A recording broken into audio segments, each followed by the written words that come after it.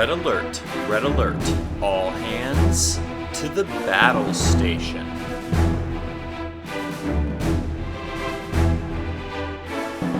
Hello everyone, and welcome back to another episode of Battle Station. Before we begin, I really want to thank everyone who's reached out to say how thrilled they are about Battle Station's return. It really means a lot to see folks looking forward to more Battle Station, and I hope to have many more exciting episodes down the line as more new cards are released. I hadn't expected to do another episode so quickly, but the ongoing discussion around logic as the beginning of wisdom has led me to another build idea. While the build is similar in effect to the previous one, it showcases another interaction that I think is interesting enough on its own to warrant a second episode. As a reminder, Logic is the Beginning of Wisdom is a unique 2-point Vulcan Elite talent which can only be deployed to a Vulcan captain on a Vulcan ship. Its text reads, Activation Phase. Target a ship. Place a time token, continuous effect token, or permanent effect token from this ship or a card equipped to this ship on the target ship, or a card equipped to the target ship. We'll once again be getting around its faction restrictions by using Lore, a 4-point unique independent captain. His text reads, Add 1 crew slot to your upgrade bar. When attacking, you may discard one of your crew upgrades to gain +1 attack die for that attack. You may assign any elite talent upgrade to your ship, regardless of faction restrictions, and you do not pay a faction penalty when assigning any elite talent upgrade to your ship. The ship we'll be using this time is Goss Marauder. Goss Marauder is a unique 20-point Ferengi Declora class ship with 3 attack, 1 defense, 4 hull, and 3 shields. Its action bar has the evade, target lock, and scan actions, and its upgrade bar has 1 tech, 1 weapon, and 2 crew slots. Its ability reads, Activation Phase. After this ship executes a green maneuver, place 2 time tokens on this card.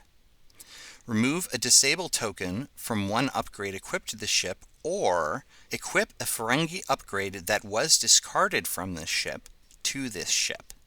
Logic is the Beginning of Wisdom will allow us to move one of those time tokens onto an enemy ship every round, meaning that we can activate Goss Marauder's ability every turn. Activating Goss Marauder's ability every turn means we can recur 1 Ferengi upgrade every turn. The best choice by far is Thoughtmaker, a unique 4-point Ferengi tech that reads, During the planning phase, after every ship has been assigned a maneuver dial, you may discard this card to target a ship within range 1 to 2. If you do so, look at that ship's maneuver dial and change it to any of its 1 or 2 green maneuvers, your choice. That maneuver dial cannot be changed, nor can its player look at it until it is that ship's turn to activate. The target ship's player may place an auxiliary power token besides the target ship to ignore the new maneuver and not move that round. This upgrade may only be purchased for a Ferengi ship. The pattern looks like this. At the start of the planning phase, call it Planning Phase 1, we discard Thoughtmaker and target an enemy ship. Then, after making a green maneuver ourselves, we activate the ability of Goss Marauder.